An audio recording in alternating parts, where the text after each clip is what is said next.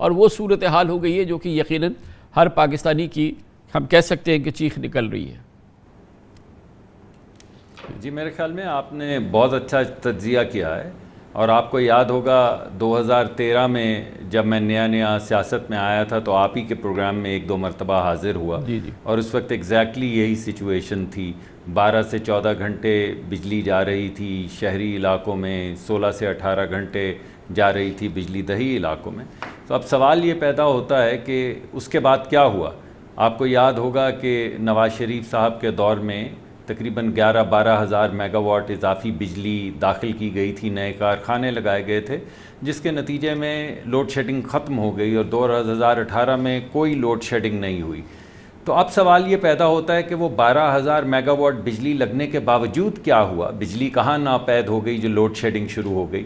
تو میں آپ کو بتانا چاہوں گا کہ آج کی تاریخ میں 5820 اس وقت 5820 میگا واٹ بجلی جو ہے وہ اس وجہ سے نہیں چل رہی کہ جب تیل خریدنا تھا تب تیل نہیں خریدا گیا، جب LNG خریدنی تھی، گیس خریدنی تھی، اس وقت گیس نہیں خریدی گئی، اور کیونکہ ایندھن ہی نہیں ہے اس وجہ سے بجلی کے کارخانے نہیں چل سکتے. تو یہ درست نہیں ہے ڈاکٹر صاحب کہ فرنس آئل وافر مقدار میں موجود ہے ملک میں، اس کی کوئی کمی نہیں ہے اگر ہم استعمال کرنے کی ہم میں سخت ہو. جی اس وقت فرنس آئل سے چلنے والے کارخانے جو ہیں وہ 2350 میگا واٹ ایسے کارخانے ہیں جو اس وقت بند پڑے ہیں کیونکہ فرنس آئل جو ہے اس وقت اویلیبل نہیں ہے. اس میں جامشورو کے اندر 650 میگا واٹ بند ہیں، مظفر گڑھ میں 840 میگا واٹ بند ہیں، اور IPPs جو ہیں وہ 860 میگا واٹ بند ہیں. یہ میں آپ کو اسپیسیفک انفارمیشن دے رہا ہوں تاکہ سب کو پتہ چل جائے کہ یہ جو کہا جا رہا ہے کہ فرنس آئل کی کوانٹٹی جو ہے وہ سفیشنٹ ہے، وہ متھ جو ہے ذرا بریک کر ہو جائے. اس کے علاوہ اگر آپ چاہیں تو میں پوری آپ کو گیس LNG سے چلنے والے اور گیس سے چلنے والے یہ فرمائیے گا کہ کیا یہ حقیقت نہیں ہے کہ اگر یہ ہم بجلی بنائیں تو اس پہ جو لاگت آئے گی آج کے زمانے میں وہ ہم کیسے افورڈ کریں گے؟ اتنا مہنگا فیول ہے، اتنی مہنگی یہ بجلی بنے گی. یہ تو کہا جا رہا تھا کہ اس طرح سے راشننگ کریں تاکہ کسی صورت سے ہم اپنے اخراجات کم کریں. تو مجھے تو یہ ایک گمان ہو رہا ہے کہ شاید حکومت نے سوچا ہو کہ بھائی اسی طریقے سے جان چھوڑائیں کسی صورت سے، کیونکہ پیٹرولیم پروڈکٹس کی قیمت تو آپ بڑھانے کو تیار نہیں ہیں، بجلی کی قیمت آپ بڑھا نہیں سکتے. تو کرتے کیا نہ کرتے اب یہ ہوا ہے. اب 12 گھنٹے کی لوڈ شیڈنگ، میں تو آپ کے ساتھ ہمدردی ہی کر سکتا ہوں ڈاکٹر صاحب. جی آپ بالکل، اور عوام سے بھی ہمدردی کیجئے، اور ہم بھی عوام سے ہمدردی کر رہے ہیں کیونکہ پچھلی حکومت کی نااہلی کی وجہ سے ہمارے پاس کوئی ایسی گنجائش نہیں رہ گئی. میں نے آپ کو بھی بتایا کہ 5820 میگا واٹ اس وجہ سے بند ہیں کیونکہ ہمارے پاس اس کا ایندھن نہیں ہے. ایسا نہیں کہ ایندھن مہنگا ہے، ایندھن خریدا ہی نہیں گیا. دوسرے اضافی اب سے کوئی 4 دن پہلے تک تقریباً 4000 میگا واٹ بجلی تھی جو بجلی کے کارخانوں کی مینٹننس نہ کرنے کی وجہ سے کسی کی کنویئر بیلٹ ٹوٹ گئی، کسی کا بوائلر خراب ہو گیا، کسی کی ٹربائن کے پنکھے خراب ہو گئے، اور وہ کارخانے بند تھے. یہ مینٹیننس ایشوز تو آتے ہیں، وہ چاہے کسی کی بھی حکومت ہو. وہ علیحدہ ہے جی، وہ علیحدہ ہے. میں ابھی آپ کو گن کے بتاتا ہوں، پہلے ذرا 1 سیکنڈ دیجئے گا. یہ وہ 4000 میگا واٹ ہیں جن کو ہم فورسڈ لوڈ شیڈنگ کہتے ہیں، یعنی مینٹننس نہ ہونے کی وجہ سے لوڈ شیڈنگ. ان میں سے تقریباً 1800 میگا واٹ جو ہیں وہ ریوائیو کر لیے گئے ہیں، اور آج کی تاریخ میں تقریباً 1300 میگا واٹ رہ گئے ہیں اس 4000 میگا واٹ میں جو ابھی بھی فورسڈ آؤٹیجز کے اندر ہیں. اور شہباز شریف صاحب کی انسٹرکشن پہ دن رات ان پہ کام ہو رہا ہے تاکہ وہ کارخانے جن کی کنویئر بیلٹس ٹوٹی ہوئی ہیں یا اس طرح کے چھوٹے وہ جو نقصانات ہوئے ہیں مینٹننس نہ ہونے سے، ان کو واپس آن لائن لایا جائے. تو پہلی تو یہ بات ہے. جن کا آپ ذکر کر رہے ہیں اس کو کہتے ہیں فورسڈ نہیں بلکہ اسکیجولڈ لوڈ شیڈنگ، یعنی بڑے کارخانے ہوتے ہیں ان کو 4 سے 6 ہفتے کے لیے بند کیا جاتا ہے سالانہ تاکہ ان کا ٹرن اراؤنڈ اور مینٹننس کی جا سکے. وہ 2000 میگا واٹ علیحدہ ہیں. اس وجہ سے میں نے آپ کو گن کے تقریباً 10,000 میگا واٹ بتا دیے ہیں. آج کی تاریخ میں 6,000 9,000 میگا واٹ اور 3 دن پہلے تک 10,000 میگا واٹ وہی نواز شریف کے دور میں جو 11-12 ہزار اضافی میگا واٹ ڈالے گئے تھے وہ اس حکومت کی کوتاہی کی وجہ سے یا نااہلی کی وجہ سے، ایندھن نہ خریدنے کی وجہ سے، سستا ایندھن ہوتے ہوئے مہنگا ایندھن چلانے کی وجہ سے وہ تمام کارخانے جو ہیں وہ بند پڑے ہوئے ہیں، اور آج بجلی کی قیمت بھی بڑھ گئی ہے اور آج بجلی بھی ناپید ہو گئی۔ اب اس کا سدباب کیا کیا گیا ہے؟ فوری طور پہ شہباز شریف صاحب کے حکم کے مطابق 3 کارگو مئی کے مہینے کے لیے خرید لیے گئے ہیں، اور وہ مہنگے ملے ہیں اس وجہ سے کہ وقت سے حکومت نے ان کا ٹینڈر نہیں کیا، مگر پھر بھی عوام کی مصیبتوں کو مد نظر رکھتے ہوئے 3 کارگو 3 شپس خرید لیے گئے ہیں ایل این جی کے، اور ایک آپ جون کے لیے کوئی اور خریدے جو پرائس ہوتی ہے اتنے کا ہی ملتا ہے نا سر، جو اسپاٹ ہی لیا ہے آپ نے، جو اسپاٹ کی پرائس ہوگی وہی لیں گے نا، وہ تھوڑی ہے کہ کوئی حکومت ہے کوئی نہیں آپ اس میں کچھ سستا لے سکتے تھے۔ تھوڑا فرق ہوتا ہے ایسے کامران صاحب کہ اگر آپ وقت سے ٹینڈر کریں، 2-3 مہینے پہلے ٹینڈر کریں اور آپ انف ٹائم دیں جو لوگ بیچنا چاہتے ہیں آپ کو گیس، تو آپ کو قیمت کم ملتی ہے۔ اگر آپ last minute over night tender کریں یا 5 دن کے اندر ٹینڈر کریں تو قیمت صرف آپ کو وہی گیس مل سکتی ہے جو کہیں اور بک نہ رہی ہو، تو گیس کی قیمت بڑھ جاتی ہے۔ اس وجہ سے ہم نے جو فوری طور پہ شپمنٹس خریدی وہ مہنگی تھیں، اور جو اب ہمارے سامنے جو ہفتے کے توقف کے بعد جس میں ہم نے ہفتے کا گیپ دیا ہے اس کی قیمت سستی آ رہی ہے۔ یہی کام اگر 2-3 مہینے پہلے کیا جاتا تو گیس کی قیمت کافی کم ہوتی، تاکہ ہم جتنی بھی سرپلس کسی بھی جگہ پہ دنیا میں ہے اس کو خرید پاتے۔ ابھی یہ 24-48 گھنٹے ہوئے ہیں جس دام پہ ہم اپنی پیٹرولیم پروڈکٹس بیچ رہے ہیں اور یہ بیچے چلے جا رہے ہیں۔ ابھی اوگرا کی سمری مسترد کر کے گئے ہیں پرائم منسٹر صاحب یہاں سے۔ کتنا آپ کو تشویش ہے اس معاملے پہ؟ کس حد تک ہم یہ اس چیز کو افورڈ کر سکتے ہیں؟ کب تک یہ ہم او ایم سیز جو ہیں جن کو آپ نے شاید دیکھا ہو پچھلے 24-48 گھنٹوں میں، یہ کب تک سسٹین کر سکتی ہیں؟ کب تک ہمارا نظام اس بوجھ کو اٹھا سکتا ہے؟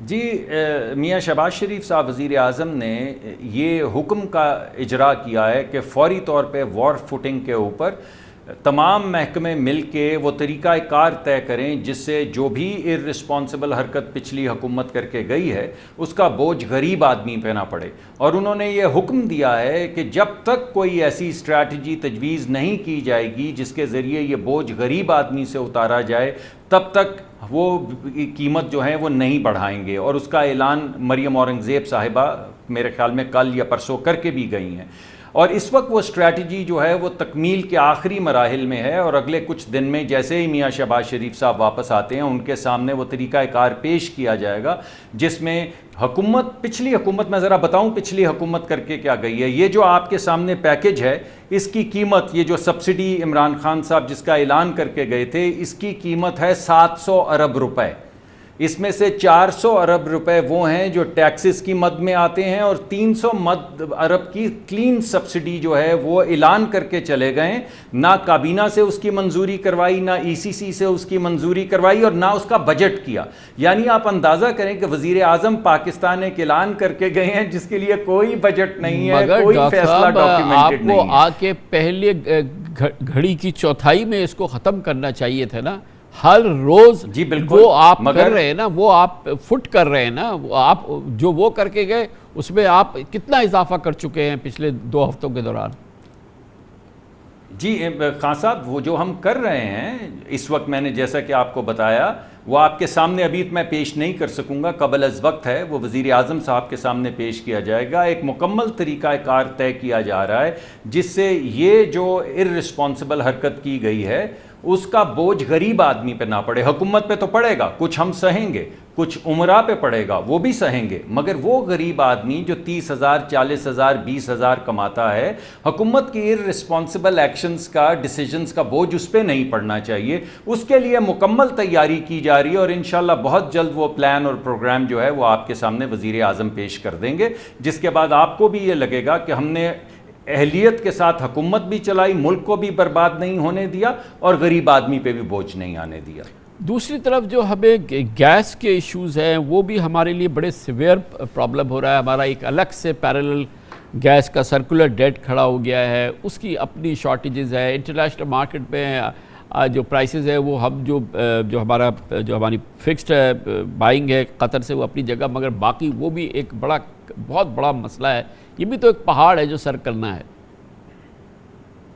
جی ایگزیکٹلی، دیکھیے جب ہم ملک 2018 میں چھوڑ کر گئے تھے تو اس وقت تو کوئی سرکولر ڈیٹ گیس کا نہیں تھا، بجلی کا سرکولر ڈیٹ تھا 1100 ارب کا، آج وہ سرکولر ڈیٹ بجلی کا 2500 ارب ہو چکا ہے۔ اس پرانی حکومت جو ریاست مدینہ تھی اس میں 1100 سے 2500 چلا گیا۔ سر روپیہ جب ہم بھی تو گئے تھے تو کوئی سرکولر ڈیٹ نہیں، 106 سے 185 ہو گیا جب آپ تھے۔ اس طویل عرصے کے دوران پیٹرولیم پروڈکٹس جو تھیں وہ $40 بیرل، $50 پر بیرل تھی، مطلب جو حقیقت ہے وہ تو حقیقت ہے نا، ویسے سیاست تو اپنی جگہ جی یہ بہت اچھا صحیح ہے، یہ نہیں سیاست نہیں، میں سمجھتا ہوں آپ نے بہت ایک تکنیکی اور اچھا نقطہ اٹھایا ہے۔ دیکھیے روپے کی قیمت جو کم کی گئی ہے وہ پالیسی کے ذریعے کی گئی ہے، یہ اتفاق نہیں ہے۔ روپیہ جو 190 تک گیا ہے وہ اتفاقاً نہیں گیا، وہ حکومت کی پالیسیز کی وجہ سے گیا ہے۔ میں آپ کو صرف بجلی کا آج بتا دیتا ہوں، جب روپیہ ڈی ویلیویٹ کرتا ہے یعنی ڈالر کے خلاف روپے کی قیمت میں 1 روپے کی کمی آتی ہے تو بجلی کے محکمے یعنی لوگوں کے اوپر 4 ارب کا بوجھ پڑتا ہے۔ تو 70 یا 80 روپے کی جو ڈی ویلیویشن کی گئی ہے یا روپے کی قدر گرائی گئی ہے پالیسی کے ذریعے، اس کا بوجھ تقریباً 280 سے 300 ارب روپے کا صرف بجلی کے محکمے میں ہے، صرف بجلی کے محکمے میں۔ اس کے علاوہ 100 ارب جو ہے وہ جو نقصانات ہیں بجلی کے، جو چوری ہے اس کو نہ روکنے کی وجہ سے ہے، اور 200 ارب جو ہے وہ بجلی کی جو ہم بیچتے ہیں اس کے پیسے اکٹھے نہ کرنے کی وجہ سے ہے۔ تو آپ سوچئے کہ یہ پچھلی حکومت نے 600 ارب کا ٹیکہ لگایا ہے عوام کو، جس میں سے 300 ارب صرف ڈی ویلیویشن کی وجہ سے ہیں جو ایک پالیسی کے ذریعے کی گئی۔ جب حکومت ڈی ویلیویشن، اب مثلا ابھی جو آپ نے پہلے مجھ سے سوال پوچھا تو میں نے آپ کو جواب دیا کہ وزیر اعظم نے یہ حکم دیا ہے کہ آپ ضرور پچھلی حکومت کی رسپانسبل حرکات کو ختم کریں، مگر میرے سامنے وہ طریقہ کار لائیں جس سے غریب پہ بوجھ نہیں پڑے گا۔ جب عمران خان صاحب یہ ڈی ویلیویشن کر رہے تھے یا ان کے وزراء کر رہے تھے تو ان کو سوچنا چاہیے تھا کہ غریب کے اوپر اس کا بوجھ کیا پڑے گا۔ وزیر تو نہیں کرتا مصدق صاحب، وہ تو سینٹرل بینک کرتا ہے، جی اسٹیٹ بینک کرتا ہے، جی نہیں مگر اب آپ اگر اسٹیٹ بینک کو کنٹرول کر سکے تو وہ بھی ہم دیکھیں گے، مگر اب وقت ختم ہو گیا ہے۔ بڑی نوازش انشاءاللہ یار زندہ صحبت باقی، ابھی بہت وقت ہے، اللہ نے چاہا تو بڑی نوازش۔ کمرشل بریک، اس دوران نیوز ہیڈ لائنز دیکھیں، جس کے بعد ہم اپنے پروگرام کے باقی حصے کے ساتھ واپس آتے ہیں۔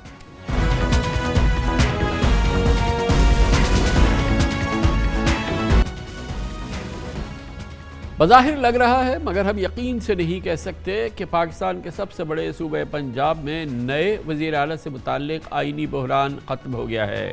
اب سے تھوڑی دیر قبل لاہور ہائی کورٹ نے اسپیکر قومی اسمبلی راجہ پرویز اشرف کو کل 11:30 بجے لاہور میں نو منتخب وزیر اعلیٰ پنجاب حمزہ شہباز سے حلف لینے کا حکم دیا ہے۔ آج لاہور ہائی کورٹ نے حلف نہ لیے جانے کے خلاف حمزہ شہباز کی درخواست پر فیصلہ محفوظ کیا تھا، جو ابھی تھوڑی دیر قبل سنایا گیا ہے۔ آج کے کیس کی سماعت چیف جسٹس امیر بھٹی کی رخصت پر ہونے کی وجہ سے جسٹس جواد حسن نے کی۔ دوران سماعت جسٹس جواد حسن نے ریمارکس میں کہا کہ مجھے قانون کے مطابق کام کرنا ہے، عدالت کے فیصلے نہیں مانے جا رہے، یہ عدالت کی عزت کا سوال ہے، کسی کی جرت نہیں ہونی چاہیے کہ ہائی کورٹ کے حکم کو نہ مانے۔ انہوں نے ریمارکس دیے کہ صوبے میں وزیر اعلیٰ نہیں ہے، نقصان کس کو ہو رہا ہے۔ اس سے قبل لاہور ہائی کورٹ کے چیف جسٹس امیر بھٹی نے 22 اپریل کو اپنے فیصلے میں صدر پاکستان کو گورنر کی بجائے کسی اور فرد کو نو منتخب وزیر اعلیٰ پنجاب حمزہ شہباز کی حلف برداری کے لیے نامزد کرنے کو کہا تھا۔ اس فیصلے پر عمل درآمد نہ ہوا اور chief justice Lahore high court نے ایک مرتبہ پھر 27 اپریل کو اپنے فیصلے میں گورنر پنجاب کو خود یا کسی نمائندے کے ذریعے 28 اپریل تک حمزہ شہباز سے وزیر اعلیٰ پنجاب کا حلف لینے کا ہدایت کی تھی، مگر اس پر بھی عمل درآمد نہیں کیا گیا اور آج تیسری مرتبہ حمزہ شہباز نے اس معاملے پر عدالت سے رجوع کیا تھا۔ 16 اپریل کو پنجاب اسمبلی میں حمزہ شہباز 197 ووٹ لے کر نئے وزیر اعلیٰ منتخب ہوئے، مگر گورنر پنجاب عمر سرفراز چیمہ نے حلف لینے سے انکار کر دیا تھا اور اس پورے معاملے پہ سوالات اٹھائے تھے کہ جس انداز سے انتخاب ہوا تھا حمزہ شہباز کا اور جس طرح سے وزٹرز گیلری میں یہ انتخاب ہوا اور اس وقت کی ڈپٹی اسپیکر کا جو کنڈکٹ تھا اس حوالے سے اعتراضات کیے گئے تھے۔ لیکن بہرحال آج لاہور ہائی کورٹ نے اس سلسلے میں ایک حتمی فیصلہ دیا ہے اور اس فیصلے پہ بات کرنے کے لیے اب ہمیں جوائن کر رہے ہیں جناب چودھری پرویز الہی، اسپیکر پنجاب اسمبلی، آپ کینڈیڈیٹ بھی تھے پنجاب کے وزیر اعلیٰ کے۔ بہت بہت شکریہ چودھری صاحب، آپ نے ہمیں جوائن کیا ہے۔ فیصلہ آ گیا، گویا کہ یہ مسئلہ حل ہو گیا۔ اسپیکر قومی اسمبلی کو حکم دے دیا ہے جج صاحب نے لاہور ہائی کورٹ کے کہ وہ حلف لے لے حمزہ شہباز سے وزیر اعلیٰ کا۔ جی کامران خان صاحب، آپ نے بھی صحیح کہا ہے کہ وہاں پہ جو الیکشن ہوا ہے اس کا ایک طریقہ کار ہے جو ہمارے جو بزنس آف رولز ہیں اسمبلی کے، وہ آئین کے تحت ہی ہیں۔ آئین کے تحت ہی ہمارا جو سب سے بڑے ملک کا یہ جو صوبائی ادارہ ہے یہ کام کر رہا ہے۔ اور اس میں ہوا یہ تھا کہ یہ چیمبر جو ہے اس کو یونانیمسلی ڈکلیئر کیا گیا تھا کہ یہی وہ جگہ ہے جہاں vote of confidence, vote of no confidence, speaker کا الیکشن، ڈپٹی اسپیکر کا الیکشن یا ووٹ آف نو کانفیڈنس یہاں پہ ہوں گے۔ اور آئیز کی جو لابی تھی وہاں پولیس کھڑی کر دی گئی۔ پولیس کبھی بھی کسی جگہ پہ ان کو اجازت نہیں ہوتی، کسی ملک میں بھی نہیں ہوتی کہ وہ اسمبلی کے اندر جمپ کر کے آ جائے اور آ کے قبضہ کر لے، اور پولیس کے ذریعے یہ کام نہیں ہو سکتا تھا، جو کہ ہوا ہے انفارچونیٹلی۔ یہ ایک بڑی بری مثال قائم ہوئی ہے پاکستان اور سب سے بڑے ادارے کی جو اسمبلی ہے وہاں، اور آئیز کے آگے پولیس کھڑی کر دی گئی اور الیکشن تو ہوا ہی نہیں ہے کیونکہ ووٹ تو کاسٹ ہی نہیں ہوا۔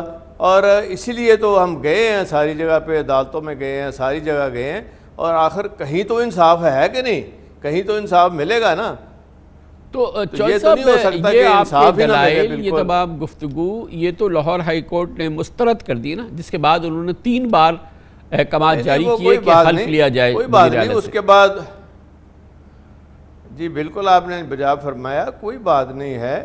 یہ ابھی وکلا وہ فیصلہ ہے، یہ اس کو چیلنج بھی کریں گے، اور اس کے بعد پھر گورنر صاحب سے بھی میری بات ہوئی ہے، ان کا بھی مجھے فون آیا ہے، وہ بھی اس معاملے کو دیکھ رہے ہیں۔ پریزیڈنٹ صاحب کو بھی دیکھنا پڑے گا کہ یہ معاملات اس طرح کیسے حل ہو سکتے ہیں کہ ایک جبکہ 20 دن ان کے پاس تھے، جو کہ chief justice Lahore high court نے فیصلہ کیا تھا کہ 28 کے دن کے اندر آپ نے فیصلہ کرنا ہے، تو ابھی 28 دن تو نہیں ہوئے۔ تو اور پھر خاص طور پہ جی ارشاد جی آپ کچھ کہہ رہے تھے؟ جی میں یہ کہہ رہا تھا کہ بہرحال کل قومی اسمبلی کے اسپیکر جب حلف لے لیں گے تو اس طرح سے حلف تو ہو جائے گا نا، اور وہ وزیر اعلیٰ بن جائیں گے حمزہ شہباز۔ نہیں، حلف کہاں لیں گے؟ حلف کہاں لیں گے؟ عدالتیں تو صبح 8 بجے شروع ہو جاتی ہے نا، کوئی کچھ تو فیس سیونگ دینی ہے کہ نہیں؟ عدالتوں نے اور قانون نے کوئی تو راستہ بنانا ہے۔ یہ تو نہیں ہو سکتا یہ آپ نے جو گورنر ہاؤس میں ایک جو گورنر صاحب بیٹھے ہیں، جو پریزیڈنٹ ہاؤس میں ایک آپ کے صدر صاحب بیٹھے ہیں، یہ بھی سارے الیکٹڈ لوگ ہیں، یہ بھی آئین کے تحت کام کر رہے ہیں۔ جب اس طرح کا ٹکراؤ شروع ہوگا تو یہ ایک تو نئی ایک خواہ مخواہ کی یہ جو جنگ ہے، اور یہ انا کی جنگ سے کہیں اور آگے جا رہی ہے، میں تو یہ دیکھ رہا ہوں۔ چوہدری صاحب، یہ آپ یہ فرما رہے ہیں کہ یہ قابل عمل فیصلہ نہیں ہے، میں جو آپ کی بات سے اندازہ لگا رہا ہوں، اور اس فیصلے کے نتیجے میں جو بھی عمل ہوگا وہ قابل قبول نہیں ہوگا۔ کہاں اسپیکر؟ کہاں اسپیکر نیشنل اسمبلی؟ اور وہ کس اسمبلی میں کہاں کون سے فورم پہ جا کے لے گا؟ پریزیڈنٹ تو لے سکتا ہے پریزیڈنٹ ہاؤس میں، وہ نہ ہو تو چیئرمین سینٹ لے سکتا ہے ان کی مرضی سے۔ اس کی کیا اہمیت ہے؟ تو یہ کہاں پہ جا کے یہ حلف سڑکوں پہ تو نہیں ہوتے اس طرح کے؟ وہ کس جگہ پہ لیتے ہیں، اس کی کیا اہمیت ہے؟ مثال کے طور پہ وہ ماڈل ٹاؤن میں لے لیتے ہیں۔ بالکل، وہ تو اور اچھا ہو جائے گا ماشاءاللہ، جو رہندی کسر ہے وہ بھی پوری ہو جائے گی۔ لیکن بات یہ ہے کہ دیکھیں، یہ ایک جیسے میں نے کہا ہے کہ الیکشن کا ایک فورم تھا، وہ اسمبلی تھی، اور اس کے بعد دوسرا فورم ہے، اس کا حلف ہونا ہوتا ہے، وہاں پہ گورنر ہاؤس ہونا ہوتا ہے۔ اب یہ چیزیں نہیں ہو رہی ہیں نا، اور آخر صبح اور عدالتیں کھلیں گی تو صبح سارے وکلا جائیں گے ادھر، جا کے پیش ہوں گے کہ یہ آپ نے کیا کر دیا۔ ایک آئینی بحران شروع ہو گیا ہے جو کہ پہلے نہیں ختم ہو رہا تھا، یہ ایسے تھوڑا ہو جائے گا کہ ایک دم ہی سارا کچھ ختم بھی ہو جائے گا، اس طرح نہیں ہوتا۔ آپ یہ فرما رہے ہیں کہ اسپیکر قومی اسمبلی حلف نہیں لے سکتا، لیکن جب عدالت سنگل بینچ ہے، یہ جسٹس جواد حسن صاحب نے اگر یہ حکم دیا ہے، آپ یہ فرما رہے ہیں کہ یہ عمل درآمد اس پہ قانونی آئینی طور پہ نہیں ہو سکتا فی الحال؟ وہ اس لیے جی کہ صبح عدالتیں کھلے گی تو آخر یہ چیلنج تو ہونا ہی ہونا ہے، کہیں تو یہ لیکن چیلنج ہونے کا یہ مطلب تھوڑی ہے کہ فوراً اس پہ اسٹے آ جائے گا، اس چیلنج ہونے کا یہ مطلب تھوڑی ہے کہ اس کو ڈیفینیٹلی دیکھیں ڈیفینیٹلی اس کا لاجیکل اینڈ تو ہوگا جو کہ صحیح اور آئینی اور قانونی ہوگا، اور جو لوگوں کو بھی پتہ چلے کہ واقعی یہ کسی نے کوئی انصاف کیا ہے، کسی ادارے نے کسی کے ساتھ انصاف ہوا ہے۔ یہ تو نہیں ہو سکتا کہ وہ گھر بیٹھے یہ سارا ہو جائے، مال ٹاؤن حلف ہو جائے، تو پھر کیا ہی بات ہے پھر۔ لیکن یہ جیسا پھر حل کیا ہے اس بات کا؟ مطلب آپ کے نزدیک اس چیز کا حل کیا ہے کہ ایک مہینے سے پنجاب میں نظام ہوا؟ اس کا حل یہ ہے، دیکھیں میری بات سنیں، نہیں اس طرح نہیں ہے۔ آپ کبھی نوٹیفیکیشن پڑھیں جو بزدار صاحب کے استعفے کے بعد کا نوٹیفیکیشن ہے، اس کے اندر صاف یہ بات لکھی ہوئی ہے کہ جب تک نیا حلف نہیں ہوتا یہ عثمان بزدار صاحب کام کرتے رہیں گے۔ اب دوسرا سوال یہ ہے کہ وہ ایک چیز آئینی طور پہ غلط ہوئی ہے، الیکشن نہیں ہوا۔ اچھا، تیسری چیز یہ ہے کہ ابھی وہ پینڈنگ ہے جو 26 جنہوں نے ڈیفیکٹ کیا ہے اور غلط ہے پارٹی کی وشز کے خلاف، ابھی وہ اس کا فیصلہ ابھی ہے وہاں پہ۔ اگر وہ آ جاتا ہے تو یہ کوئی حیثیت نہیں رہتی اس الیکشن کی، نیا الیکشن ہوگا تو اس میں تو یہ کہیں نظر نہیں آئیں گے یہ نون لیگ مگر والے، جب تک فیصلہ نہیں آتا وہ تو نہیں ہوں گے جو لوٹے ہیں۔ سر جب تک فیصلہ نہیں آتا اس وقت تو یہ 26 ووٹ کاؤنٹ کیے جا رہے ہیں نا، جس کی وجہ سے 197 ان کے ہو گئے، اسی وجہ سے آپ نے چیلنج کیا ہے۔ اسی لیے تو وہ نہیں نہ ہو رہا۔ 28 دن آپ انتظار کریں نا، تو اس میں تو فیصلہ اس سے پہلے ہو جانا ہے وہ 26 ووٹوں کا۔ ساری جو مسئلہ پڑا ہوا ہے نا، وہ تو اسی لیے پڑا ہوا ہے نا کہ ایک تو الیکشن غلط ہو گیا، دوسرا وہ جو 26 لوگ ہیں وہ جب ختم ہوں گے اور اس کی جگہ پہ 2 پی ٹی آئی کی جو ہیں منارٹیز کے بڑھیں گی سیٹیں، 3 عورتوں کی بڑھ جائیں گی، تو پھر تو بیلنس بالکل دوسری جگہ پہ چلا جائے گا۔ یہ تو ان کے پاس نہیں رہے گا، یہ میجورٹی نہیں رہے گی یہ نون لیگ کے پاس۔ مگر آپ تو اسپیکر ہیں، تجربے کار اسپیکر ہیں پرویز الہی صاحب، اس وقت کے اسپیکر ڈیپٹی اسپیکر تھے، وہ کنڈکٹ کہیں بھی کر سکتے ہیں نا اپنا اجلاس، یہ تو ان کی ثبابدید پہ مبنی ہے۔ نہیں اس طرح نہیں، بالکل نہیں ہو سکتا یہ، نہ انہوں نے کہا ہے نہ کہیں ہو سکتا ہے، جب تک کہ اس کی اجازت اسپیکر نے دینی ہوتی ہے، اور ہاؤس کے اندر ہی ہونا تھا وہ الیکشن۔ یہ گیلریوں پہ کوئی وزٹر آ کے ہمارا الیکشن کرا جائے، یہ کہاں کا کوئی اصول یا انصاف ہے، نہ قانون ہے یا نہ ہمارے رولز الاؤ کرتے ہیں۔ یہ بالکل غلط ہوا ہے الیکشن۔ اور جو کینڈیڈیٹ ہے، مجھے تو انہوں نے باقاعدہ حملہ آور ہوئے، اور میں تو وہاں تھا ہی نہیں کینڈیڈیٹ، اور ہمارے آئیز جہاں پہ تھا، جہاں پہ ہمارے ممبروں نے ووٹ ڈالنا تھا، وہاں تو کوئی جا ہی نہیں سکا۔ تو اس طرح تھوڑا یک طرفہ آگے تو بن جائے تو کیا یہ بات ہے، اگر اسی طرح ہونا ہے تو چوہے صاحب ویسے گورنر کے پاس کیا یہ آئینی استحقاق ہے کہ وہ وزیر اعلیٰ کے الیکشن کو اس میں قانونی اور اس کی آئینی حیثیت پہ اعتراضات اٹھا سکے، اس کو چیلنج کر سکے؟ گورنر تو خالی اسٹیمپ کرنا ہے، اس کی نہیں اسٹیمپ نہیں کرنا، وہ کوئی نوٹری پبلک نہیں ہے خالی اسٹیمپ لے کے بیٹھا ہوا ہے۔ اس نے دیکھنا ہے کہ اس کو پرکھنا ہے، اسی پہ تو ساری بات چلی ہے عدالت میں بھی، اور پریزیڈنٹ صاحب نے بھی ظاہر پوچھا ہے نا، آپ نے دیکھا ہے اس کو اچھی طرح، تو انہوں نے ریٹن دیا ہے کہ یہ رپورٹ ہے جی اسمبلی کی، اور یہ انہوں نے غلط کام کیا ہے، یہ ہو ہی نہیں سکتا۔ اگر الیکشن ہوا ہی نہیں تو وہ کیسے اسٹیمپ کر دے گا اس کو خام خواہ؟ تو چوہے صاحب پھر یہ جو بزدار صاحب جو ہے وہ 1 مہینہ ہو گیا ہے انہوں نے ریزگنیشن دیا ہے، اور وہ ایک کابینہ کے اس وقت ایک عارضی وزیر اعلیٰ ہیں، تو کب تک یہ نظام جو ہے وہ بزدار صاحب چلاتے رہیں گے؟ یہ بالکل جب تک کہ نیا وزیر اعلیٰ حلف نہیں لیتا، یہ ایک نظام کا حصہ ہے، یہ نوٹیفیکیشن کا حصہ ہے، یہ آئین اور اس کے بعد اس کے آرٹیکلز کا ایک حصہ ہے جس کے تحت یہ سارا کچھ ہوا ہے. اور وہ جا رہے تھے تو یہ تو بالکل یہ آپ کے جو شہباز شریف صاحب ہیں, جو پرائم منسٹر صاحب ہیں, وہ تو خود ڈائریکٹ آرڈر پاس کر رہے تھے جی کہ اسمبلی کے اندر آپ اس طرح حملہ کر دیں, آپ یہ کر دیں. اور وہ آئی جی اور جو چیف سیکرٹری ہے ان کو تو اپنا لالچ پڑا ہوتا ہے ان لوگوں کو کہ پتہ نہیں ہماری پوسٹنگ ہو جائے گی, پتہ نہیں کیا نکلنا ہے اس پوسٹنگ میں ان کو, اور اسی لیے تو غلط کام کر رہے ہیں. آج انہوں نے ہمارے جو 22 گریڈ کے آفیسر ہیں 3 MPO لگا کے اور سیکرٹری اسمبلی کو انہوں نے اریسٹ کرنے کی کوشش کی ہے. وہاں ہائی کورٹ سے ان کو بیل ملی ہے. اور ہمارے جو لک صاحب ہیں لیجسلیشن کے ہیڈ جو اس وقت الیکشن میں موجود تھے, ان کو وہ پکڑ کے اڈیالہ جیل میں ڈال دیا انہوں نے, ادھر ڈال دیا, ادھر کوٹ لکھپت جیل میں رہے ہیں وہ. تو یہ ہو رہا ہے یہاں. یہ کوئی دیکھے تو صحیح نا. اچھا ہو کیا رہا ہے پنجاب کے اندر. ابھی بنے نہیں ہیں شریف, تو ابھی سے انہوں نے وہی رنگ شروع کر دیے ہیں, لوگوں کو مار پیٹنا, اور لوگوں کو ابھی سے یہ ان کے پروگرام ہے اس طرح کے اندر کرانے لوگوں کو. چوہے صاحب یہ سب کچھ نہیں ہوتا, بہت ہی سہل طریقے سے سامنے سارے معاملات چلتے. یہ تو آفر آپ کو ہوئی تھی وزیر اعلیٰ کی, نون لیگ کی, پیپلز پارٹی کی, سب نے مل کے آپ کو آفر کی تھی. آپ وزیر اعلیٰ بنتے, اس وقت آپ حلف اٹھا چکے ہوتے, بہترین طریقے سے صوبے کو چلا رہے ہوتے, آپ کی پارٹی بھی تقسیم نہیں ہوتی, چودھری سالک بھی ہوتے, طارق بشیر چیمہ بھی ہوتے, قاف لیگ بھی ایک ہوتی. تو سارا آپ نے جو فیصلہ کیا وہ غلط فیصلہ کیا نا چوہے صاحب. فیصلہ 100% ہم نے صحیح کیا تھا, جو ثابت بھی ہوا ہے صحیح کیا ہے فیصلہ.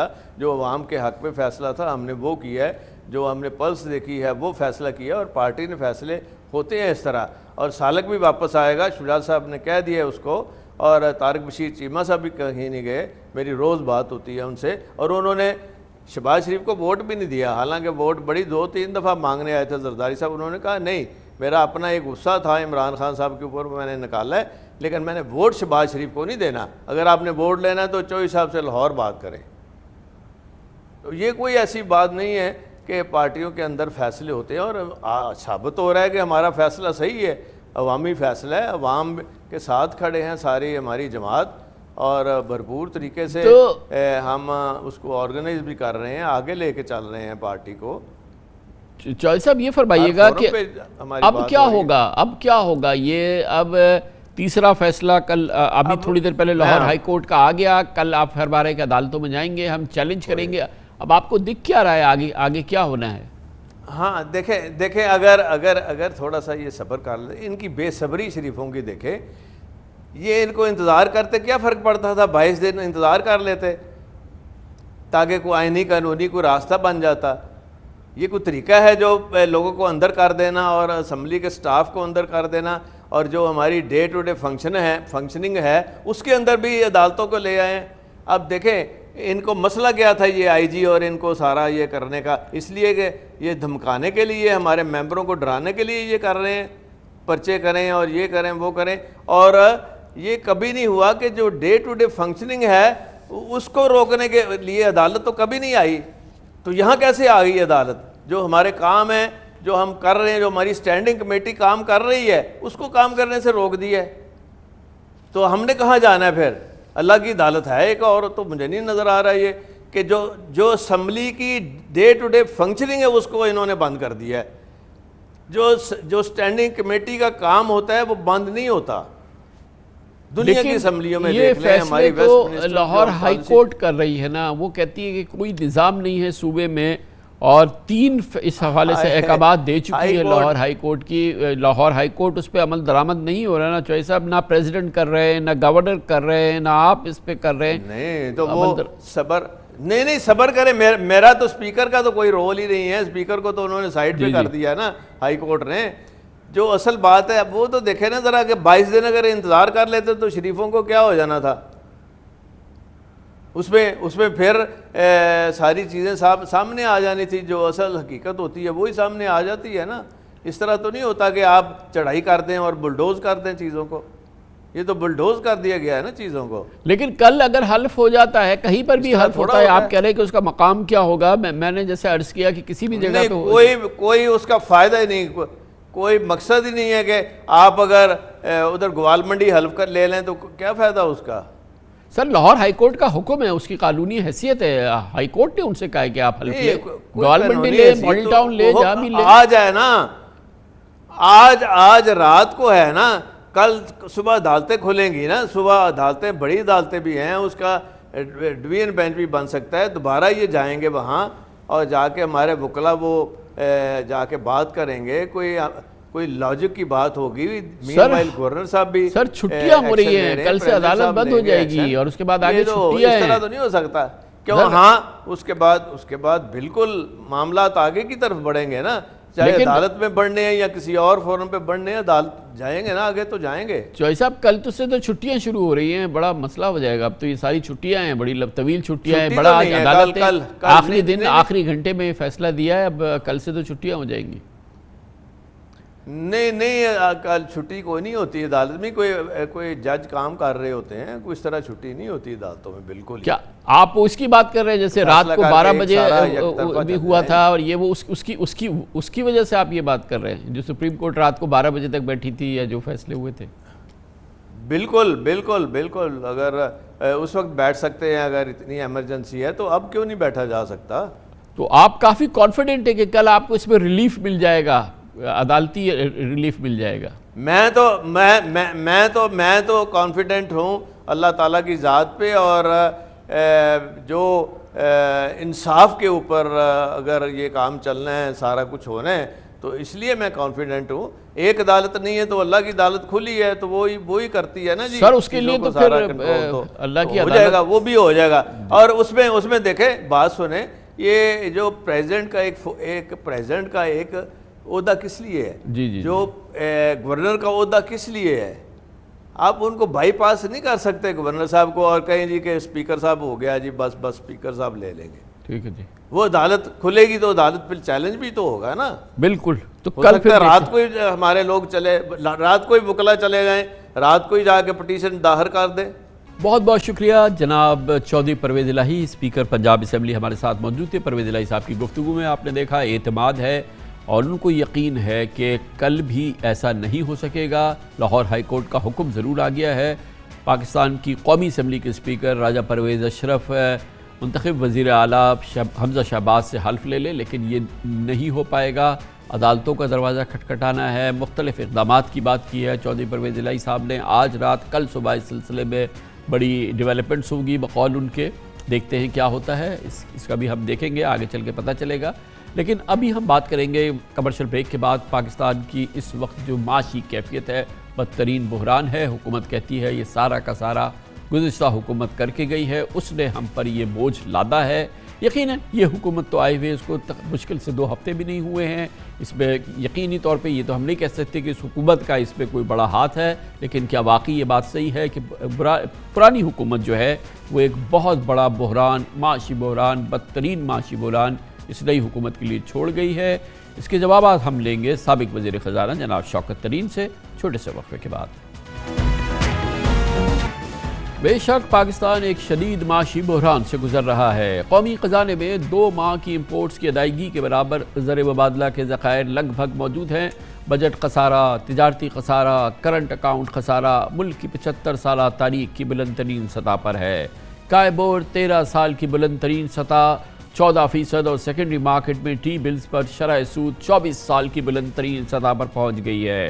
ڈالر کا ریٹ، مہنگائی کی شرح، اس کو کنٹرول کرنے کا کوئی نظام سامنے نظر نہیں آ رہا، جبکہ عالمی منڈی میں خام تیل کی آسمان چھوتی قیمتیں ملک کی معیشت پر مسلسل قیامت بن کر گر رہی ہیں. پیٹرول، ڈیزل، بجلی قیمتیں نہ اگلے بن رہی ہیں نہ نگلے. اس مجموعی معاشی صورتحال میں IMF کا مزاج سخت ہونا کوئی انہونی بات نہیں. مسئلہ یہ ہے کہ ملک کے موجودہ ہمالیائی چیلنجز کو موجودہ مخلوط حکومت ورثے میں ملنے والی تباہی کہہ رہی ہے، جبکہ PTI کے سابق وزراء کا ماننا ہے کہ شہباز حکومت کی نااہلی ملک کو معاشی بحران میں دھکیل رہی ہے. مگر بہرحال پاکستان کا ایک بہت بڑا چیلنج ہے، بہت مشکل صورتحال ہے، اور یقیناً یہ نئی حکومت تو ابھی آئے ہوئے اس کو 10، 12، 14 دن ہوئے ہیں. اس پوری صورتحال میں کتنی ذمہ داری اس نئی حکومت کی ہے اور کتنی مفلوق الحال معیشت کی ذمہ داری گزشتہ حکومت کی ہے، ان تمام معاملات پہ بات کرنے کے لیے، ان اہم سوالوں کے جوابات حاصل کرنے کے لیے آج ہم نے دعوت دی ہے. ہمیں جوائن کر رہے ہیں سابق وزیر خزانہ جناب شوکت ترین. بہت بہت شکریہ شوکت ترین صاحب. مجموعی طور پہ صورتحال تو بہت زیادہ خراب ہے، اور یہ تو ہم نہیں کہہ سکتے کہ یہ کوئی بہتر تھی اور گزشتہ 10 دن میں جو ہے یہ بہت زیادہ ایک دم خراب ہو گئی اور قابو سے باہر ہو گئی. یہ کہنا تو فیئر نہیں ہوگا نا. ڈیفینیٹلی حالات بہت زیادہ خراب تھے پہلے ہی. بالکل غلط بات کریں گے آپ. کس طرح آپ کہہ سکتے ہیں کہ بہت خراب تھی؟ آج سے آپ دیکھیں 9 مہینے کے جو ریزلٹس ہیں، 9 مہینے کے ریزلٹس میں آپ کی ساری معیشت میں لارج سکیل مینوفیکچرنگ 7.8% سے گرو کر رہی ہے. آپ کی ساری کراپس جو ہیں وہ گرو کر رہی ہیں، اور کوئی 8% 9% سارے اس میں اس کا ایگریکلچر میں پیسہ جا رہا ہے. اس کے بعد آپ کی جو بڑی صنعتیں ہیں، جس طرح آپ کہہ سکتے ہیں جو بڑی کارپوریشنز ہیں، پچھلے ریکارڈ انہوں نے پروفٹ بنائے 930. اس دفعہ 9 مہینوں میں 800 اور کوئی 55 بلین کے بنائے. اس کا مطلب پروفٹ اگر بن رہے ہیں تو کوئی مطلب اکانومی گرو کر ہی ہوگی نا. اس کے بعد آپ کہہ رہے ہیں کہ خسارے جو ہیں، جو 9 مہینے کا جو فسکل خسارہ ہے، مطلب ہے کہ ہمارے بجٹ کا خسارہ ہے، وہ ہے 4%. یہ آپ کے ان کے اپنے نمبرز ہیں، فائنانس منسٹری نے بھیجے ہیں. اس کے بعد آپ کا جو ہے بیلنس آف پیمنٹ کی بات کرتے ہیں کہ آپ کا جو کرنٹ اکاؤنٹ خسارہ ہے وہ 13 بلین ہے. اس میں 4 چیزیں آپ لے لیں: پیٹرول، خوردنی تیل، ویکسین اور اس کے بعد کوئلہ. صرف 4 چیزیں، اور میں چیزیں نہیں لیتا ہوں. اس کا امپیکٹ $12.5 بلین ہے پچھلے سال سے. تو 13 میں سے 12.5 نکال دیں تو کتنے رہ گئے؟ $500 ملین باقی رہ گیا. تو کیا چیز غلط ہم چھوڑ کے گئے ہیں؟ ان کی پرابلم یہ ہے کہ ان کے ہاتھ پاؤں اس لیے پھول گئے ہیں کہ ابھی یہ جو ہم لوگوں نے ریلیف دی تھی لوگوں کو، عام آدمی کو، وہ نہ یہ اگل سکتے ہیں نہ یہ نگل سکتے ہیں. ہمیں تو پتا تھا ہم نے اس کو کس طریقے سے فنڈ کرنا. تو ترین صاحب، یہ تو بہرحال دنیا کی کسی ملک کی اتنی ہمت نہیں ہوئی تھی کہ اس فیول پرائسز کی اس دور میں جو ہے وہ ہم سبسڈائز ریٹ پہ اپنے عوام کو یہ پیٹرولیم پروڈکٹس دیں، اور پھر یہ کہ ان کو نہ صرف یہ کریں بلکہ ہم فریز کر دیں ان پرائسز کو 2 مہینے کے لیے آگے چل کے، پھر ہم اپنی بجلی کی پرائسز بھی نہ بڑھائیں. اور ظاہر ہے کہ یہ بہت بڑا مشکل عمل تھا. اور اب جو نئی گورنمنٹ آئی ہے، جو ان کے فائنانس منسٹر ہیں، یقیناً وہ کہتے ہیں کہ ان کا کہنا یہ ہے کہ 700 ارب روپے کا ڈینٹ ہے. 400 ارب روپے آپ نے کیٹر کیے کہ آپ ریونیو سے پورے کریں گے، اور 373 ارب روپے جو ہے یا 350 ارب روپے کی جو ہے وہ سبسڈی ہے جو کہ انفنڈڈ ہے. اس کا ہمیں سراغ نہیں ملتا. آپ سن لیجئے تاکہ آپ جواب دے سکیں. 373 ارب روپے کا یہ بارودی پیکج جو انہوں نے لے کر آئے ہیں، جو بارودی سرنگ بچھا کے گئے شہباز شریف کے لیے. جو وزراء کہہ رہے تھے وہ غلط بیانی سے کام لے رہے تھے. یہ بات درست نہیں ہے کہ یہ خود فائنانس کر سکتے ہیں. اس سے ڈیفیسٹ بڑھ رہا ہے 373 ارب روپے. IMF اس سے ایگری نہیں ہوا ہے. انہوں نے حاتم طائی کی قبر پہ لات تو ماری، یہ پیٹرول تو سستا کر دیا، لیکن اس کی سبسڈی اپروو نہیں کری. ECC سے شوکت ترین صاحب نے یہ اپروو نہیں کری، یہ سبسڈی. تو یہ بھی شہباز شریف کے ذمہ آئے گی. تو یہ بجٹ کے نمبر میں پھر ہم کو ڈالنی پڑے گی. سر یہ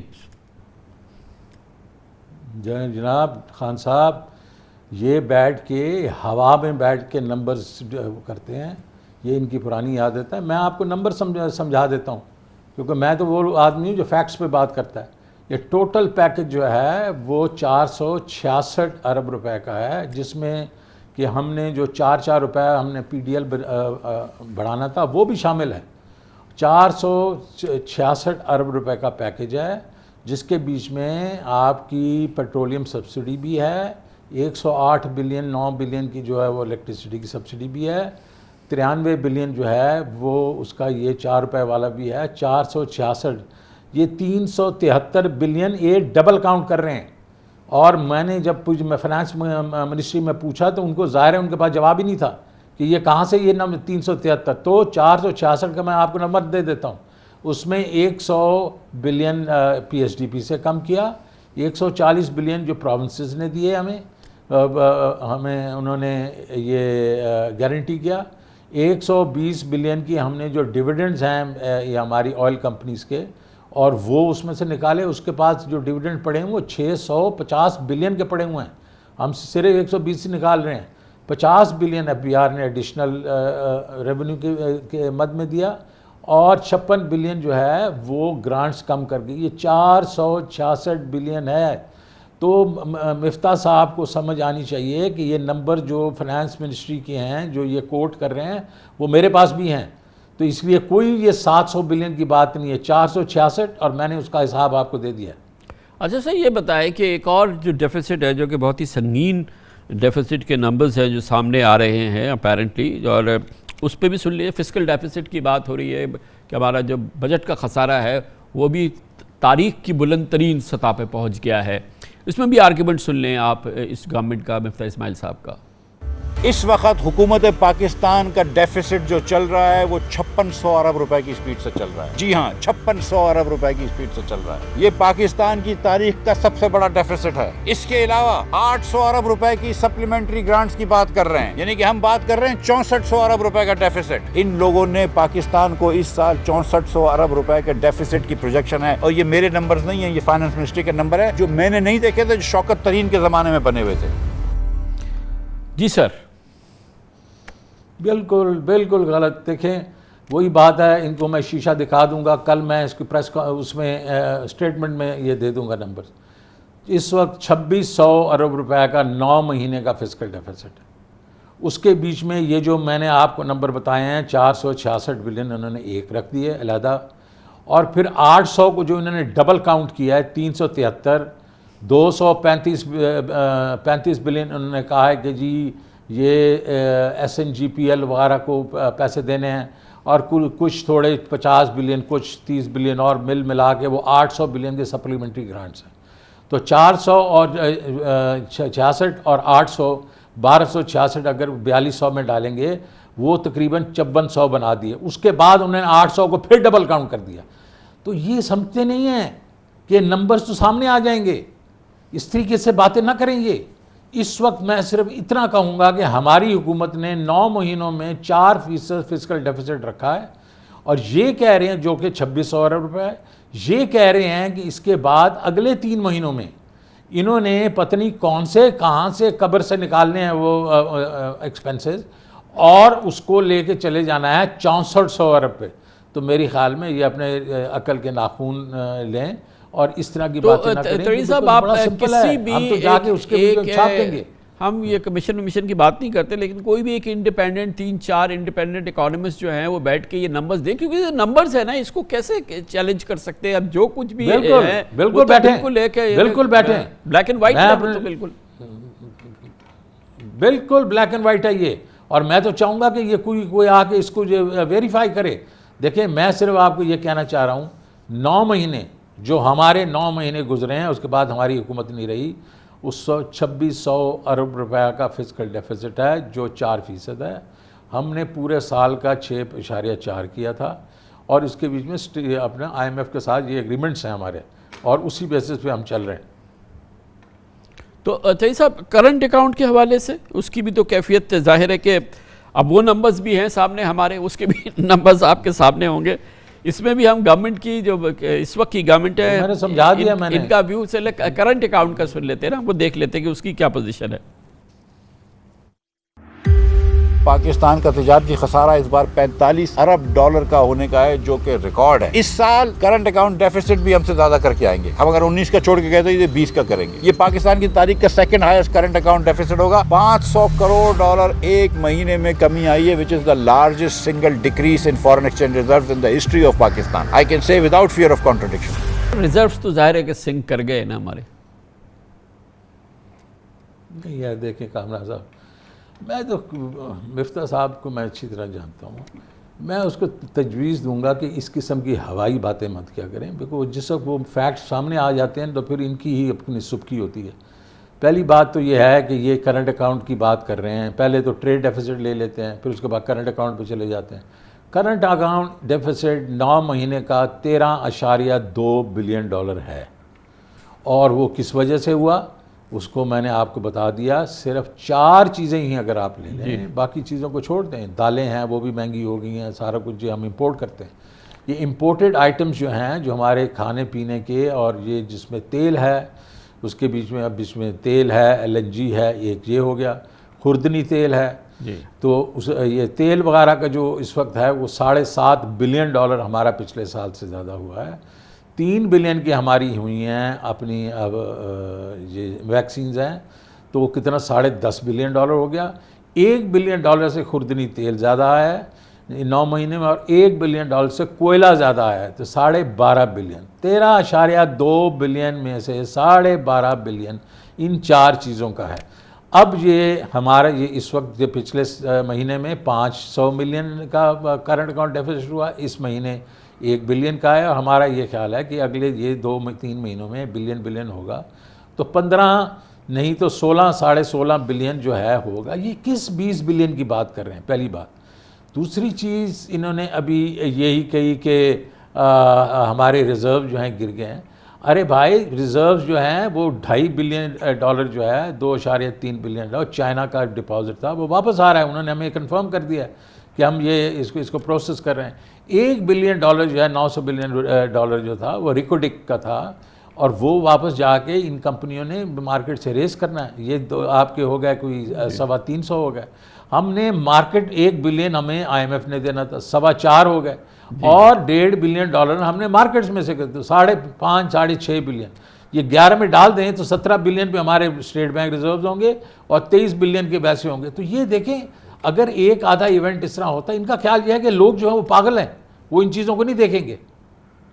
اچھا ترین صاحب، یہ نمبرز ظاہر ہیں کہ یہ ایک ڈسپیوٹ ہے اس پہ، آپ جو فرما رہے ہیں اس پہ بھی ایک اپنا ایک وزن ہے، یہ اپنی بات بھی کر رہے ہیں.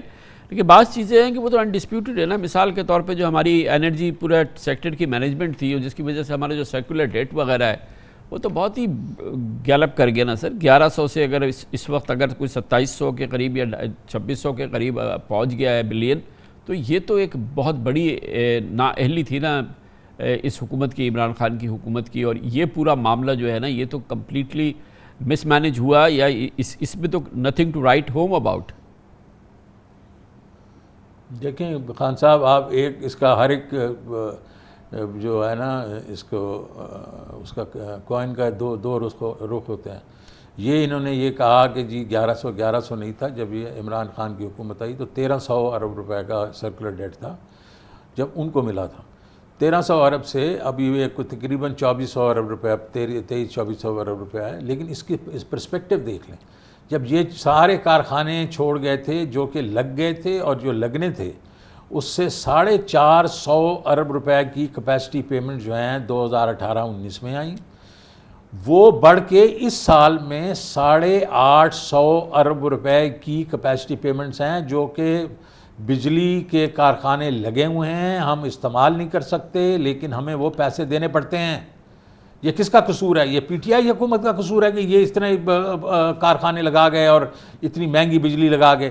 پی ٹی آئی حکومت نے. اچھا اس وقت جو یہ آ رہا تھا، یہ میں آپ کو جو بتا رہا ہوں، یہ کرتے جو فلو تھا، جو انکریمنٹل فلو تھا سرکولر ڈیٹ میں، وہ بڑھتے کوئی 550 ارب روپیہ پچھلے سال ہو گیا. اس کو اس سال میں 130 ارب روپے لے کے آئے ہیں، اور اگلے سال میں اس کو 0 کرنا تھا، تاکہ جو ایک قسم سے سرکولر ڈیٹ بڑھے نہ، اس کو کم کرنا ہے. اب جو ہم لوگوں نے ڈیویڈنڈ رکھے ہوئے ہیں، جس کو 650 ارب روپے کی میں بات کر رہا تھا، میں نے ان کو کہا کہ تم یہ ڈیویڈنڈ جو ہے یہ سرکولر ڈیٹ کم کرو. تو اس کا مطلب ہے کہ اگر 2300 ارب کا ہے تو 600 ارب بھی لگا لیں، 500 ارب بھی لگا دیں.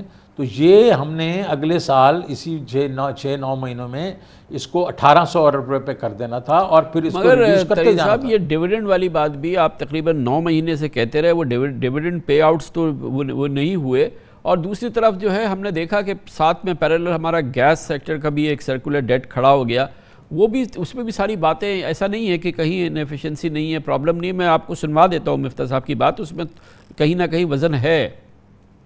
مئی 2018 میں 1063 ارب روپیہ سرکولر ڈیٹ تھا، آج وہ 2500 ارب روپے کے لگ بھگ برابر ہے، 2400 کچھ ارب روپے کے. گیس سیکٹر میں 1.5 ٹریلین روپے یعنی کہ 1500 ارب روپے سے زیادہ کا گیس سیکٹر کے اندر بھی سرکولر ڈیٹ کھڑا کر دیا ہے. 200 سے زیادہ ارب روپیہ کا نقصان صرف SNGPL کر چکی ہے LNG غلط پرائس بیچنے پہ. LNG لے کر گیس بیچ دی ہے سستی گیس، اور 200 ارب روپے کا نقصان کر چکی ہے. 500 ارب سے زیادہ PSO کے موصولات ہو چکی ہیں. یہ تو ایشو ہے نا سر؟ دیکھیں خان صاحب، یہ چیزیں جو میرے خیال میں حماد اظہر نے بڑی ہی تفصیلاً یہ آپ سے بھی کیا ہے، ٹی وی پہ بھی سارا کیا ہے، ایکسپلین کیا ہے. بات صرف اتنی ہے کہ جو گیس سیکٹر ہے اس کے بیچ میں انفیشنسیز ہیں کہ آپ جو سستی والی گیس ہے وہ کنزیومرز کو دے دیتے ہیں اور باقی یہ کراس سبسیڈائز کرتے ہیں جو ہے انڈسٹری وغیرہ سارا کچھ دوسروں کو.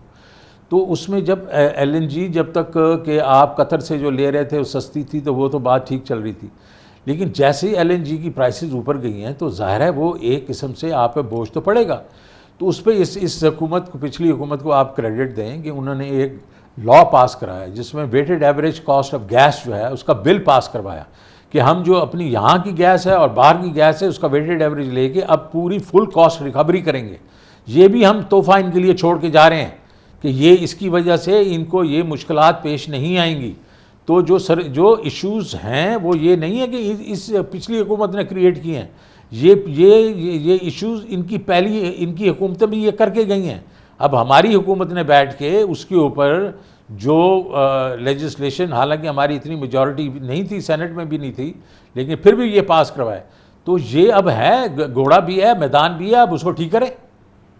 تو ترین صاحب، یہ بہرحال جو فیلیئرز ہیں آپ تو خود اس کو کنسیڈ کر چکے ہیں کہ بڑی امپورٹنٹ بات ہے کہ اس گورنمنٹ نے، جب پریویس گورنمنٹ تھی عمران خان کی، ایک تو اکنامک پلان نہیں دے سکے، ایک پراپر جو اکنامک پلان کی تھی آپ پہلے کنسیڈ کر چکے ہیں. دوسری چیز آپ یہ بھی کنسیڈ کر چکے ہیں، بڑی امپورٹنٹ بات ہے کہ یہ جو ایس او ایز ہیں، اسٹیٹ اون انٹرپرائزز، اس کی لیکیجز جو ہیں hundreds of billions of rupees کی جو ہے یہ لیکیجز جو ہیں ہماری چل رہی ہیں، اس میں بھی فیلئر رہا ہے. پرائیویٹائزیشن آؤٹ رائٹ فیلئر رہا ہے. مطلب ہم ایک لمبی لسٹ ہے گورنمنٹ کی فیلئرز کی. دیکھیں، آپ فیلئرز کی بات کرتے ہیں، مجھے یہ کسی نے میرے سے سوال پوچھا تھا، میں نے یہ کہا تھا کہ کیونکہ یہ پہلی دفعہ حکومت میں آئے تھے تو اس لیے اگر آپ کہیں کہ جامع اگر ان کے پاس پلان امیجیٹلی تھا یا نہیں تھا، اس پہ اس کو آپ ان کو کہہ سکتے ہیں. لیکن آتے ہی انہوں نے جو ہے وہ ایک قسم سے اسد عمر وغیرہ نے بیٹھ کے اپنی ایک کمیٹی بنائی اور اس کے اوپر پلان بنایا، اس پر عمل شروع کر دیا. لیکن جہاں تک یہ ایس او ایز کی بات ہے، میں آپ کو یہ بتاؤں کہ نون لیگ کے جو آخری سال 18 میں تھے اور ٹوٹل جو آپ کا جو ہے ایس او ایز ہے وہ لاس کرتی تھی 250 ارب روپے کا. اب یہ پچھلے سال جو ہے یہ مطلب جو گزرا ہے اس کے بیچ میں اوورال جو ہے وہ پروفٹ ہے 50-55 بلین کا. تو ویریز میں سمجھتا ہوں کہ ہمیں اس سے اور بہتر کام کرنا چاہیے تھا، جس کے بیچ میں ہماری یہ جو 10 ڈسکوز ہیں اور ہمارے 3-4 بڑی اور کمپنیز ہیں، اس پہ ہمیں زیادہ اس پہ توجہ دینی چاہیے تھی. لیکن یہ نہیں ہے کہ ہم نے پچھلی حکومت سے بدتر کام کیا ہے. پچھلی حکومت نے تو بالکل 0/0 کام کیا تھا. تو میں یہ کہنا چاہتا ہوں آپ کو کہ اس پہ یہ تو ایسی چیزیں جس پہ ساری حکومتوں کے اوپر آپ یہ بلیم ڈال سکتے ہیں، لیکن آپ سالڈ چیزیں بھی تو دیکھیں نا. آپ ریونیو کو دیکھیں، ایک سال کے بیچ میں ہم نے 1400 ارب روپے کا جو ہے ریونیو بڑھا دیا. اس میں 300 ارب میں جو میں فورگو کر رہا ہوں فیول کے اوپر، وہ اگر میں ڈال دوں تو 1700 ارب روپے ایک سال میں ریونیو بڑھا ہے. اور ابھی 4-5 جو ہم نے پروگرامز بیچ میں ڈالے ہیں وہ ابھی تک افیکٹو نہیں ہوئے. اگلے سال کا ہمارا بجٹ تھا کہ ہم اس کو 8,000 ارب پہ لے کے جائیں گے. بہت بہت شکریہ جناب شوکت ترین، سابق وزیر خزانہ. اپنی حکومت کی پالیسیز کا، معاشی پالیسیز اور خاص طور پہ جو معیشت کی صورتحال گزشتہ حکومت چھوڑ کی گئی ہے اس کا بھرپور دفاع کر رہے تھے. کمرشل بریک، اس کے بعد ذکر کریں گے تقدس پامال ہوا مسجد نبوی کا کل رات، جب وہاں پہ موجود زائرین جو کہ پاکستانی تھے، پاکستان کی سیاست وہاں پر پہنچی اور جب نئی حکومت کے وزراء کا وفد مسجد نبوی میں داخل ہوا تو ان کے خلاف نعرے لگائے گئے، شور و غوغا کیا گیا اور یقیناً مسجد کا اور مسجد نبوی کا خاص طور پہ تقدس پامال ہوا. یقیناً یہ ہر لحاظ سے انتہائی قابل مذمت واقعہ ہے، افسوسناک واقعہ ہے جس کا کوئی دفاع نہیں ہو سکتا اور یقیناً اس پہ کارروائی بھی ہونی چاہیے اور ہو رہی ہے. اس کی بات کرتے ہیں چھوٹے سے وقت. مسلمان لیلۃ القدر کی عبادات میں مصروف ہے پوری دنیا کے مسلمان، مگر کل اس سلسلے میں ایک انتہائی افسوسناک واقعہ ہوا جب پاکستان کے سیاسی معاملات اور سیاسی مخالفت اور نفرت کا جنون مسجد نبوی میں دیکھا گیا. اور یقیناً انتہائی افسوسناک واقعہ تھا کہ مسجد نبوی اور روضہ رسول صلی اللہ علیہ وسلم کے مقام پر مقامات مقدس کے اطراف انتہائی جہالت اور بد تہذیبی کا مظاہرہ ہوا، پاکستان کی زائرین کی جانب سے ہوا۔ کل رات سوشل میڈیا پر مدینہ منورہ سے کچھ ویڈیوز وائرل ہوئی جن میں ایک ہجوم کو مسجد نبوی کے احاطے میں وفاقی کابینہ کے اراکین کو چور چور اور غدار غدار کے نعرے لگا کر ہراساں کرتے ہوئے دیکھا گیا۔ ہر مکتبہ فکر کے علماء کرام نے اور دانشوروں نے، پبلک اوپینین لیڈرز نے اس پورے معاملے کو شدید مذمت کا نشانہ بنایا ہے۔ ان کا کہنا ہے کہ یہ معاملہ ہر لحاظ سے یہ واقعہ قابل افسوس ہے، شدید افسوسناک واقعہ ہے، اور اس کی کوئی بھی کسی قسم کی کوئی دفاع نہیں کیا جا سکتا۔ اس کے ساتھ ہی ہمارے آج کے پروگرام کا اختتام ہوتا ہے، اور انتہائی پیش کی آپ کو عید کی مبارکباد، اور عید کی تعطیلات کے بعد انشاءاللہ آپ سے پھر ملاقات ہوگی۔ کامران خان کو اجازت، اللہ حافظ سے۔